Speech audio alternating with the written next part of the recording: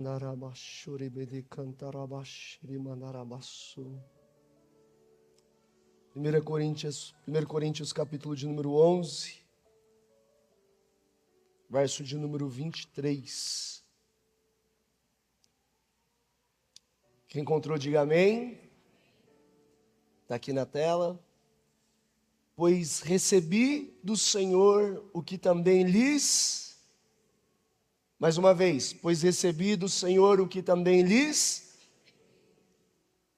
Olhe para a pessoa que está do seu lado e diga para ela, você está no controle. Olhe para outra pessoa agora e diga, você está no controle. Eu estava lendo esse texto e eu parei nessa parte.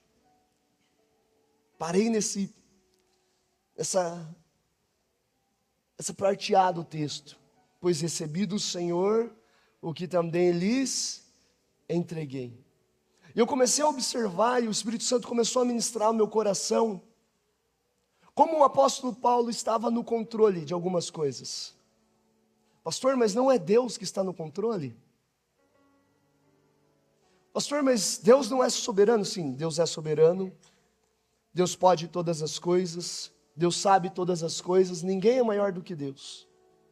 Mas Deus não está no controle de tudo. Calma, por favor, ainda não atire pedras em mim. Diga, eu estou no controle. Meu irmão, sim, a vontade de Deus sempre prevalece. Mas por acaso, quem estava no controle ontem à noite quando você comeu aquele pudim?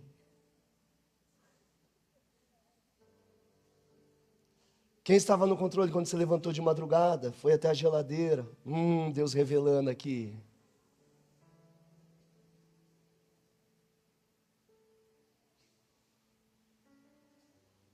Deus é soberano, Deus é poderoso. Mas existem coisas, meu irmão, que Ele deixou sobre o meu controle, sobre o seu controle.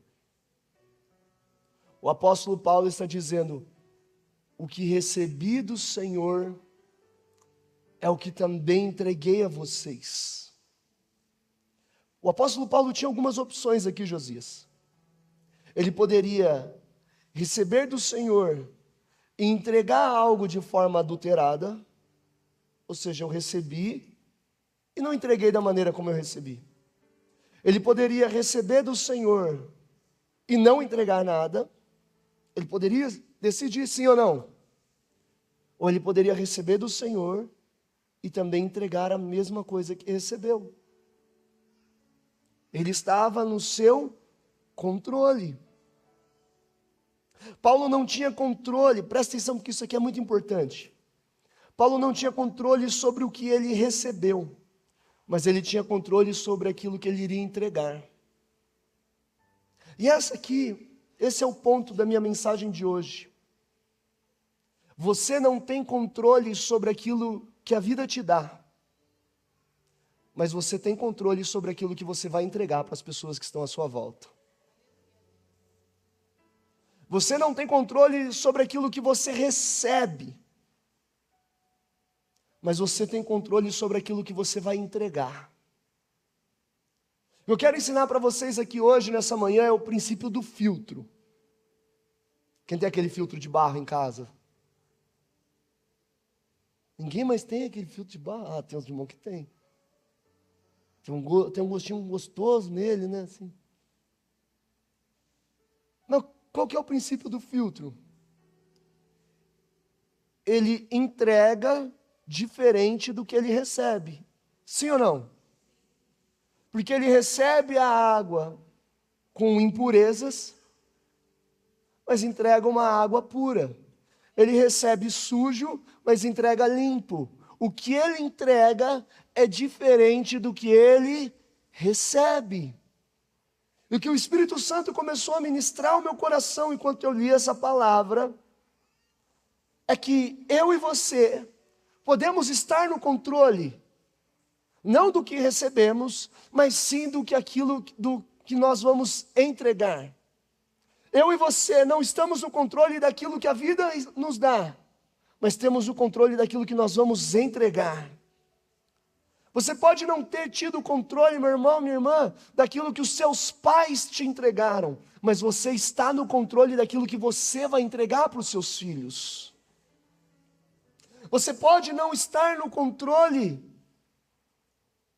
daquilo que a vida te trouxe, de como te trataram, mas você está no controle de como você vai tratar os outros. Você pode não ter tido controle da violência que você recebeu, dos abusos que você sofreu, mas você está no controle da paz, do amor, da compaixão que você vai entregar para aquele que está à sua volta. O diabo quer que você acredite, isso aqui é muito importante, o diabo quer que você acredite que você só pode entregar o que a vida te deu. Mas se você entender aqui hoje, meu irmão, que mais do que as circunstâncias, o dia a dia, as pessoas que estão à sua volta, você pode encontrar uma fonte em um outro lugar. Você pode encontrar uma fonte muito mais alta. Você pode encontrar uma outra fonte. Pastor, eu fui abusado. Pastor, eu só fui maltratado. Eu não recebi amor, eu não recebi afeto, eu não recebi carinho. Eu só tive uma infância desgraçada. Minha vida foi assim. Meu irmão, deixa eu te dizer uma coisa. A minha infância não foi muito fácil, não. Eu tive uma infância bem precária, bem miserável. Eu nasci, só para você ter uma ideia. Eu nasci, meu pai e minha mãe eram praticamente do NGA. Meu pai tinha 16 anos, minha mãe tinha 15 anos. Duas crianças. Quem aqui tem filho nessa faixa etária aí? Duas crianças. Minha mãe não tinha experiência ainda para dar amor, para dar carinho, para dar afeto. Eu não tive meu pai presente comigo. Eu estou indo para o meu terceiro filho. E aí eu poderia olhar para os meus filhos. Porque a minha infância foi assim, então a sua tem que ser assim também. Porque meu pai me tratou assim, então agora eu vou te tratar assim também. Não, meu irmão. O que eu vou entregar para eles é diferente do que aquilo que eu recebi. O que eu vou entregar para eles, porque eu estou no controle, eu não vou ser governado pelas minhas emoções, pelos meus traumas, eu não vou ser governado, meu irmão, pelas desgraças que aconteceram na minha vida, não, eu estou no controle, eu entendi, existe uma outra fonte da onde eu posso buscar, existe um outro lugar da onde eu posso buscar, você, meu irmão, está no controle, o diabo quer que você acredite, você só pode entregar aquilo que você recebeu da vida, mas eu estou aqui hoje para te entregar, para te dizer, você pode entregar algo diferente, sim. O inferno quer que você acredite, você foi abusado, então você será um abusador, você foi espancado, então você será um agressor, você foi traída, então você também vai trair, mas eu estou aqui para declarar em nome de Jesus, não será assim com você. Mateus capítulo de número 5, verso de número 38. Abre aí comigo, por favor.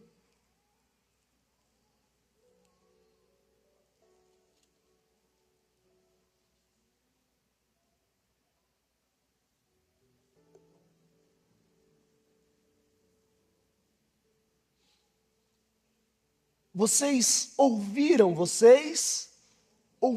o que foi dito? Olho por olho e dente por dente. Verso 39.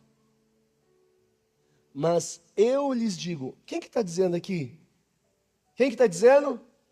Jesus. Jesus está no seu sermão do monte, nos ensinando. Então ele diz assim, vocês ouviram o que foi dito?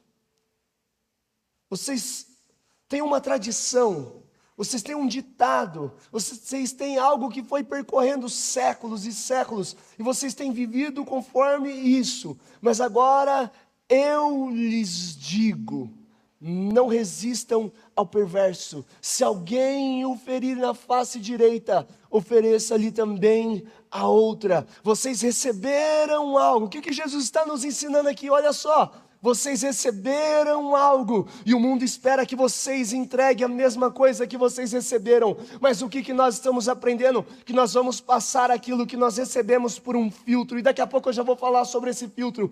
Mas nós recebemos algo ruim, passamos isso por um filtro. E o que vamos entregar é algo completamente diferente daquilo que nós recebemos. Verso de número 43, por favor. Vocês ouviram o que foi dito: ame o seu próximo e odeie os seus inimigos. Por quê? Porque eles te odeiam. Se é inimigo, eles te odeiam.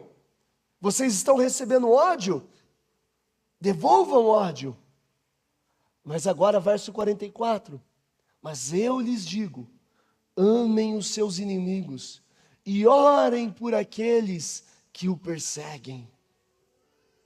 Eu recebi ruim, mas estou entregando bom. Eu recebi o mal, mas estou entregando o bem. As nossas ações devem passar por um filtro. Pastor, que filtro é esse? O filtro da cruz. O filtro da graça. Olha para a pessoa que está do seu lado e diga assim: você está no controle. Olhe para outra pessoa e diga: você está no controle. Como controlar as minhas ações para que elas possam passar pelo filtro da cruz? Como que eu faço, pastor, para pegar, alguém bateu na minha face e eu passar isso por um filtro para que eu possa não devolver, para que não seja olho por olho, dente por dente? Como alguém me odiou e eu vou orar, eu vou amar essa pessoa? Como que eu posso fazer isso? Diga: tendo uma vida guiada pelo Espírito. Romanos capítulo de número 8, verso 14. Nós vamos percorrer bastante textos aqui. Porque todos os que são guiados pelo Espírito de Deus são filhos de Deus. Vamos ler juntos no 3? 1, 2, 3. Porque todos os que são guiados pelo Espírito de Deus são filhos de Deus. Não é uma condição, é uma evidência. O texto não está dizendo assim: olha, se você for guiado pelo Espírito de Deus, então você será filho de Deus. Não. Como que eu me torno filho de Deus? João capítulo 1, verso 12 diz: todos que creram e que receberam Jesus, a estes foi dado o direito de se tornarem filhos de Deus. Então, para eu ser filho de Deus, eu preciso crer, Aí a Bíblia diz que a partir do momento que eu creio, eu recebo o Espírito de Deus. E se eu sou guiado pelo Espírito de Deus, se eu sou guiado por esse Espírito, as pessoas à minha volta vão ver e vão dizer: este é um filho de Deus. Não é uma condição, é uma evidência. As suas ações devem evidenciar a sua natureza. O que você fala deve evidenciar a sua natureza. As suas decisões devem evidenciar a sua natureza. A maneira como você trata a tua esposa, os teus filhos, a maneira como você trata o teu marido, devem evidenciar a sua natureza. A forma como você faz negócio, a maneira como você age com as pessoas, devem evidenciar a sua natureza. As pessoas devem olhar e dizer: este é um filho de Deus, esta é uma filha de Deus. Hebreus capítulo 12, verso de número 14. Esforcem-se para viver em paz com todos e para serem santos. Sem santidade ninguém verá o Senhor. Meu irmão, não é ser santo para que eu possa ver Deus. Porque tem muita gente que lê esse texto: eu preciso ser santo para que eu possa ver a Deus. Não, meu irmão, é ser santo, porque sendo santo, tendo uma natureza guiada pelo Espírito Santo, as pessoas vão ver Deus em mim, as pessoas vão ver Deus em você. Precisamos então ter uma vida guiada pelo Espírito. Eu amo a história de Davi. Eu coloquei até o nome do meu filho de Davi. Davi significa amado. E eu vejo Davi, um cara que séculos antes da cruz parece que já tinha entendido a cruz. Séculos antes do nascimento, do sacrifício, da ressurreição de Cristo, Davi parece já ter entendido a graça, a misericórdia de Deus. Davi era um cara que passava tudo, ou praticamente tudo, pelo filtro da cruz, antes mesmo da cruz. Abre comigo 2 Samuel, capítulo de número 9, por favor.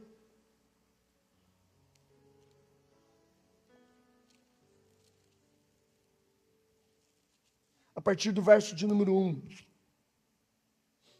Certa ocasião, Davi perguntou: resta ainda alguém da família de Saul a quem eu possa mostrar lealdade por causa da minha amizade com Jonatas? Então chamaram Ziba, um dos servos de Saul, para apresentar-se a Davi. E o rei lhe perguntou: você é Ziba? Sou teu servo, respondeu ele. Perguntou-lhe Davi: resta ainda alguém da família de Saul a quem eu possa mostrar a lealdade de Deus? Respondeu Ziba: ainda há um filho de Jonatas, aleijado dos pés. Onde está ele? Perguntou o rei. Ziba respondeu: na casa de Mequir, filho de Amiel, em Lodebar. Verso 5. Então o rei Davi mandou trazê-lo de Lodebar. Quando Mefibosete, filho de Jonatas e neto de Saul, compareceu diante de Davi, prostrou-se com o rosto em terra. Mefibosete, perguntou Davi, e ele respondeu: sim, sou teu servo. Não tenha medo, disse-lhe Davi, pois é certo que eu o tratarei com bondade por causa da minha amizade com Jonatas, seu pai. Vou devolver-lhe todas as terras que pertenciam a seu avô Saul, e você comerá sempre à minha mesa. Mefibosete prostrou-se e disse: quem é o teu servo para que te preocupes com um cão morto como eu? Então o rei convocou Ziba e disse-lhe: devolvi ao neto de Saul, seu senhor, tudo o que pertencia a ele e à família dele. Você, seus filhos e seus servos cultivarão a terra para ele. Você trará a colheita para que haja provisões na casa do neto do seu senhor. Mas Mefibosete comerá sempre à minha mesa. Ziba tinha 15 filhos e 20 servos. Então Ziba disse ao rei: o teu servo fará o que o rei, meu senhor, ordenou. Assim, Mefibosete passou a comer à mesa de Davi, como se fosse um de seus filhos. Aleluia! Meu irmão, a história de Davi é extraordinária. Davi é ungido por Samuel para ser o futuro rei de Israel. Davi é o último a ser chamado à mesa. Davi sabe o que é ser rejeitado numa mesa. Porque seu pai Jessé fez uma fila de todos os seus irmãos, e quando todos foram rejeitados, quando todos foram colocados de lado, aí sim é que Jessé se lembrou: ah, tem Davi também. Davi sabe o que é ser rejeitado numa mesa. Davi, seguindo o caminho da promessa, quando chega diante de Golias, derrota Golias com uma pedra, ou melhor, com uma presença. Davi se torna agora parte da guarda real, próximo ao rei Saul.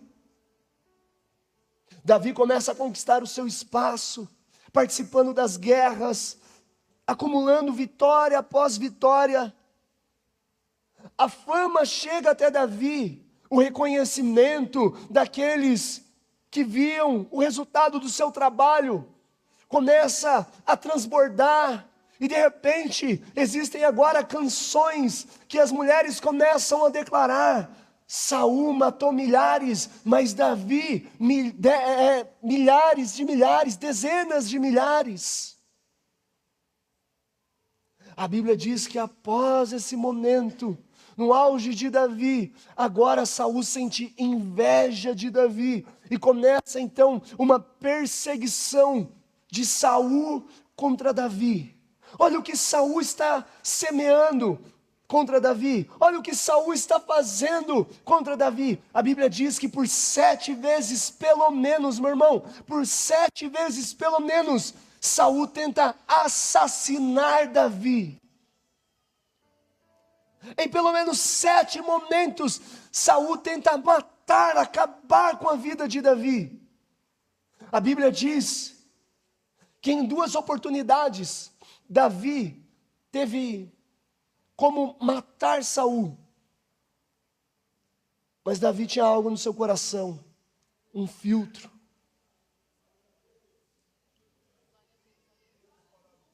Saul estava semeando ódio, mas Davi olhou e disse: quem sou eu para tocar no ungido do Senhor? Meu irmão, cada um dá o que tem.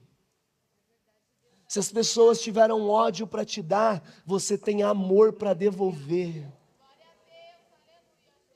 Se as pessoas tiveram inveja para te dar, você, meu irmão, tem generosidade para entregar. As suas ações, as suas decisões, as suas palavras vão passar pelo filtro da cruz. A Bíblia diz que um dia Saul morre e Davi assume o trono. Os jebuseus estavam ali em Jerusalém. E a Bíblia diz que Davi com seus homens vão para atacar os jebuseus em Jerusalém. Aqueles homens olham e dizem para Davi: você não é capaz de lutar nem contra cegos e aleijados. Os cegos e aleijados que eu tenho aqui já dariam conta de você, Davi. Davi entra, o verso de números 8 do capítulo 5 diz, 2 Samuel 5, 8, naquele dia disse Davi: quem quiser vencer os jebuseus terá que utilizar a passagem de água para chegar àqueles cegos e aleijados, inimigos de Davi. E por isso que dizem, olha só o ditado, olha só a tradição que surgiu a partir desse dia: os cegos e aleijados não entrarão no palácio. Porque aqueles homens disseram para Davi: os cegos e aleijados já dão conta de você, Davi. Davi disse assim: então a gente vai entrar e vai acabar com os cegos e com os aleijados. Então surgiu um ditado, que cegos e aleijados não poderiam entrar no palácio. Não teriam direito de entrar no palácio. Mas eu gosto na Bíblia, meu irmão, quando surgem expressões como até que. Quando surgem expressões como um dia, de repente, certa ocasião, porque isso é uma virada de chave que Deus está trazendo para a história. E eu quero profetizar e quem crê recebe. Meu irmão, nesse dia 13 de outubro de 2024, eu quero dizer para você que para muita gente aqui, Deus está virando a chave, está dizendo, até que um dia, certa ocasião, Davi, meu irmão, disse para si mesmo: eu estou no controle. Você pode dizer isso aí para você mesmo agora? Diga: eu estou no controle. Eu vou abençoar quem me amaldiçoou. Eu vou dar para quem me roubou. Eu vou retribuir com bem para quem me fez o mal. Davi olhou e disse: eu estou no controle. Eu não vou ser governado pelas minhas emoções, pelos meus sentimentos, pelos meus traumas. Eu estou no controle. Anota aí. Eu vou passar tudo pelo filtro da cruz. A história que nós lemos de Mefibosete traz para a gente lições extraordinárias. A pergunta que Davi faz no verso de número 1, resta alguém ainda da família de Saul, para quem eu possa mostrar lealdade? Qualquer outro rei estaria preocupado em matar, em exterminar a descendência de Saul, mas Davi está dizendo: eu vou entregar diferente daquilo que eu recebi.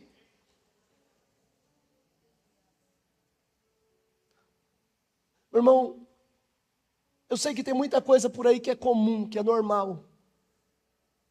Mas você vai fazer diferente. Você vai ser diferente. Tem muita coisa por aí, meu irmão, que é no olho por olho, dente por dente. Me entregaram isso, eu vou devolver isso. Fizeram isso comigo, eu vou fazer assim também. Mas você vai ser diferente. A Bíblia diz que haverá diferença entre o que serve e o que não serve. Haverá diferença entre o justo e o ímpio. Haverá diferença, meu irmão. Nós não vamos agir da mesma maneira como o mundo está agindo. Nós seremos diferentes. Davi olhou e disse: eu vou ser diferente. O verso de número 3 diz: perguntou-lhe Davi: resta ainda alguém da família de Saul a quem eu possa mostrar a lealdade de Deus? Resta alguém ainda da família de Saul para que eles possam ver quem Deus é de verdade? Eu gosto desse texto porque ele está dizendo assim, ó: eu vou mostrar a lealdade de Deus. Olha para a pessoa que está do seu lado e diz: é você que vai fazer, mas é Deus que será visto. Diga: é você que vai fazer, mas é o nome de Deus que será glorificado. Diga: é você que vai fazer, mas a honra e a glória será toda dele. O que Davi fez por Mefibosete? Rapidamente aqui, eu preciso correr. Primeiro, ele o resgatou. Coloca aí na tela, vamos lá, bem rápido. Capítulo 9, verso de número 5. Então o rei Davi mandou trazê-lo de Lodebar. Qual foi a primeira ação do rei Davi? Foi resgatar Mefibosete. A palavra Lodebar significa sem palavra. É um lugar sem palavra. É um lugar sem palavra. Aí ele diz: vai lá, busca Mefibosete e traz para Jerusalém. E Jerusalém significa ensino de paz. Eu não sei se você entende o que o Espírito Santo está falando comigo e com você, mas Davi olhou e disse assim: eu vou resgatar quem está num lugar que não tem e vou trazer para o lugar que tem. Eu vou tirar quem está num lugar de escassez e vou trazer para o lugar de abundância. Eu vou tirar do lugar onde não tem palavra e vou trazer para o lugar onde a palavra é ensinada. Davi tinha consciência que o que Deus tinha dado a ele não era só para ele, era para transbordar. A gente precisa ter essa consciência, meu irmão, que nada daquilo que Deus nos dá é apenas para nós, mas é para transbordar para a direita, para a esquerda, para frente, para trás, para as pessoas que estão à nossa volta. Davi foi o resgatador de Mefibosete. Deus ainda vai te usar para resgatar quem está no vazio e trazer para o lugar de abundância. Segunda coisa é que Davi tratou Mefibosete com bondade. Verso de número 7, põe aí para a gente. Não tenha medo, disse-lhe Davi, pois é certo que eu o tratarei com bondade. Que eu o tratarei com bondade. Esse é o momento que o coração de Davi é provado. Porque a nossa maior provação não é quando a gente está no vale, é quando a gente está no monte. A nossa maior provação não é quando a gente não tem, é quando a gente tem. A nossa maior provação não é quando é desconhecido, é quando é conhecido. A maior provação do teu coração, meu irmão, não é quando você ali não tem poder, mas é quando você tem poder. No vale, a tua fé é provada, mas quando está tudo bem, quando você está no monte, é o teu coração que é provado. Quando José está dentro do poço, a fé dele está sendo provada. Quando ele é vendido como escravo, a fé dele está sendo provada. Quando ele está preso e esquecido na cadeia, a fé dele está sendo provada. Mas quando ele é governador do Egito e está diante dos seus irmãos, não é a fé, é o coração. Davi tem poder para mandar um soldado imediatamente matar Mefibosete. Davi tem poder para tratar com mal. Davi tem poder para se vingar. Davi tem poder para acabar com a vida de Mefibosete. Mas Davi está dizendo: é certo que eu o tratarei com bondade.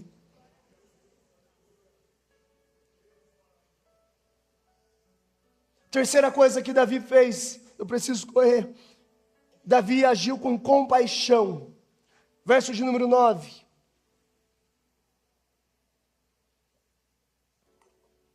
Capítulo 9, verso 9. Vamos. Aí. Então o rei convocou Ziba e disse-lhe: devolvi ao neto de Saul, seu senhor, tudo o que pertencia a ele e à família dele. Mefibosete tinha força para tomar de volta as terras? Sim ou não? O pobre coitado, aleijado. Ele tinha força para tomar de volta as suas terras? Sim ou não? Alguém estava obrigando Davi a devolver as terras? Estão comigo? Sim ou não? Agora misturou os 5 não. Eu fiquei confuso agora.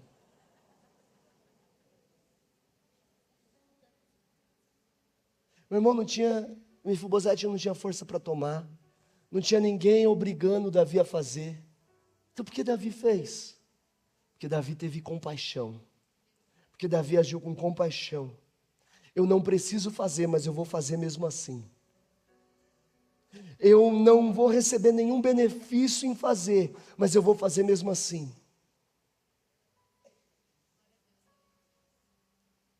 Talvez isso não seja tão empolgante, mas isso é muito nobre.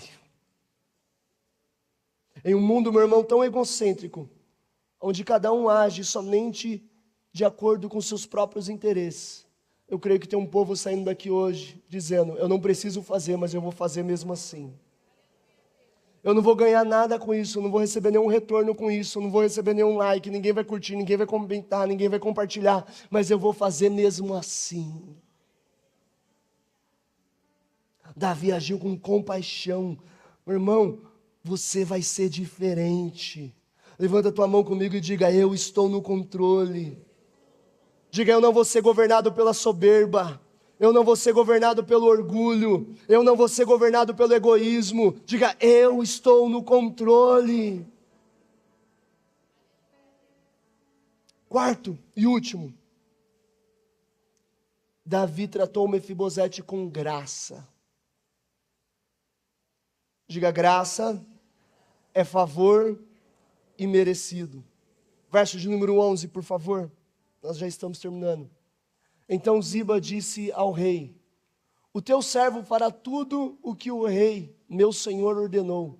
Assim Mefibosete passou a comer à mesa de Davi, como se fosse um dos seus filhos. Resgatar, estender a mão para um necessitado, para um miserável, ok. Tratar com bondade, ok. Ter compaixão, ajudar, está tudo certo. Agora, trazer para a mesa, tratar como um filho, isso é um outro nível. Fazer um gesto de caridade, ajudar, estender uma mão, está tudo certo. Agora, trazer para a mesa, meu irmão, isso aqui é um outro nível. Olha para a pessoa que está do seu lado: me ajuda aí, me ajuda aí. Diz assim: Deus está te levando hoje para um outro nível. Meu irmão, essa é a graça de Deus, que vai muito além de um simples gesto de bondade, de um simples ato de humanidade. Não é só uma ajuda humanitária, não é só uma caridade, não é só agir com dó. É trazer para a mesa, é tratar como filho, é tornar um herdeiro. Eu não sei se você percebeu, mas tudo que Davi fez por Mefibosete é o que Jesus fez por mim e por você. Porque não foi Jesus que nos tirou do nada e nos trouxe para o tudo. Não é Jesus o meu e o seu resgatador. Não é Ele aquele que nos tirou de um lugar onde não tinha palavra e nos trouxe para um ambiente onde tem palavra. Não é Jesus aquele que decidiu nos tratar com bondade quando tudo que merecíamos era maldade. Não é Ele, meu irmão, que olhou para mim e para você e disse: eu vou tratar eles com compaixão. E não foi Ele que derramou sobre nós a sua preciosa e bondosa graça. Mas tudo isso, meu irmão, porque um dia ele assumiu o controle. Jesus, num momento de muita agonia, disse: Pai,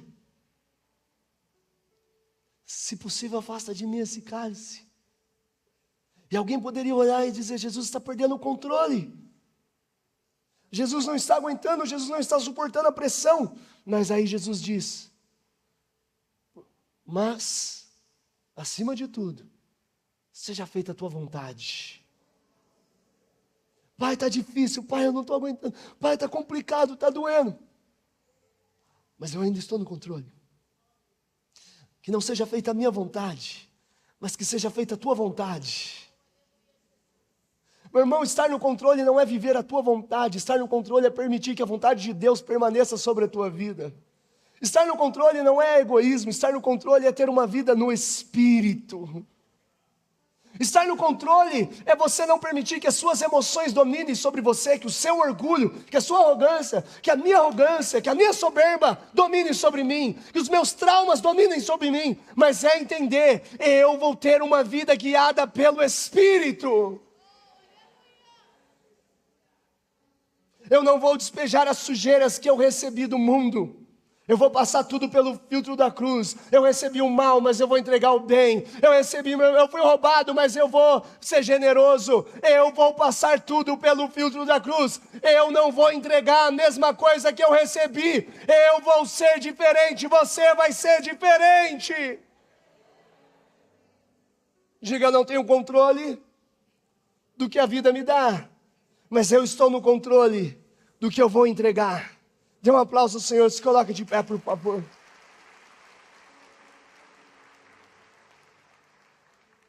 Oh, Espírito Santo. Oh, Ramacandaraba, xerebedere, cantarabaçou. Eu tenho certeza que essa é uma manhã de cura para muita gente.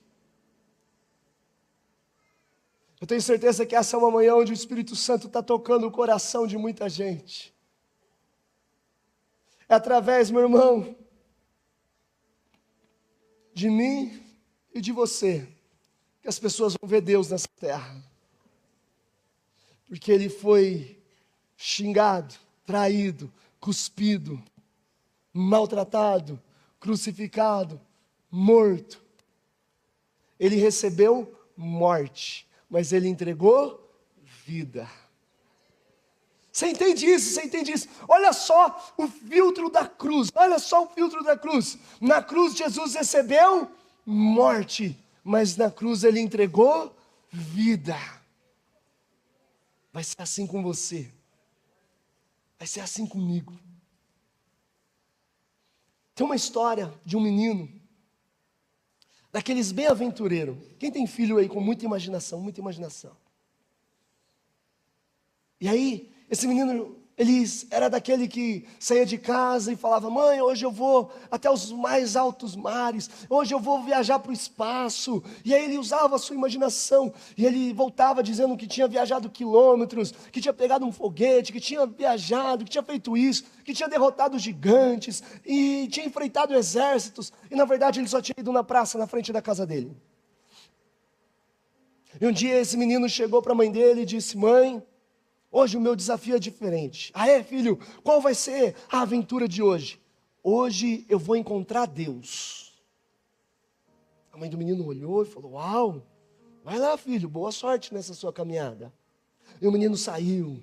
E ele, então, na sua imaginação, pegou o seu navio, viajou quilômetros e chegou a um outro lugar, enfrentou várias coisas, até que ele olhou de longe. E na verdade ele estava na praça, de frente à casa dele. E ele viu um senhor sentado num banco, jogando grãos para os pombos. Um senhor bem velho, barbudo. E ele olhou de longe. É Deus. Será que é Deus? Senta do lado daquele senhor bem tímido, banco de um lado, ele do outro, bem na ponta. Bom dia, senhor. Aquele senhor ali olhou para ele. Bom dia. O que o senhor está fazendo aqui? Eu venho todos os dias aqui. E aí eles começaram a conversar. E aquele senhor, pegando uma intimidade com o menino, pergunta para ele: e os seus pais? Aí ele pega e fala assim: minha mãe está em casa, mas o meu pai foi embora. O meu pai eu não conheço. E aquele senhor começa a conversar com o menino e tratar o menino com carinho, o menino sendo muito recíproco, tratando aquele senhor com muito carinho também. E aí os dois criam um vínculo muito legal. O menino começa ali a jogar os grãos junto com o senhor para os pombos. E o menino olha na sua ingenuidade, né? O senhor é bem velho, né? E o senhor olha para ele: e você é bem novo, né? E os dois curtindo aquela situação bem engraçada. Passam a tarde ali brincando, conversando. E no final, o menino pega todo o seu caminho de volta. Passa pelos mares, passa pelo espaço, tudo. Atravessa a rua e chega na casa dele, Denise. A mãe olha: e aí, filho? Você encontrou Deus? Encontrei, mãe. E sabe que ele é bem velho mesmo? Bem barbudo. Mas, mãe, ele é muito legal. Eu dividi o meu lanche com ele. Ele me contou histórias incríveis. Deus é muito legal, mãe. Aquele senhor, no mesmo dia, volta para casa. Sua esposa, bem velhinha, já preocupada: ô velho, por que você demorou tanto para vir hoje? É que hoje eu tive um encontro especial na praça. Ah, é? Hoje eu encontrei com Deus. E sabe que ele é bem novo, diferente do que a gente ouve por aí, de que ele é um velho com barba branca. É um menino bem novo, dividiu o lanche dele comigo. Meu irmão, é assim que a gente tem que ser. Se as minhas ações, se as suas ações passarem pelo filtro da cruz, você vai entrar no Uber e aquele motorista vai dizer: hoje Deus esteve no meu carro. Você vai no supermercado, é a hora que você passar no caixa, a moça do caixa vai dizer: hoje Deus passou por esse lugar. Você vai na escola, dá aula, e os alunos vão entender que Deus esteve naquele lugar. Aonde você estiver, por onde você passar, se você entender que o que você vai entregar tem que ser diferente daquilo que você recebeu da vida, as pessoas vão poder ver Deus em você. Porque os que são guiados pelo Espírito, estes são os filhos de Deus. Coloque a mão sobre o seu coração e comece a orar. Vamos adorar o Senhor. Vamos adorar o Senhor.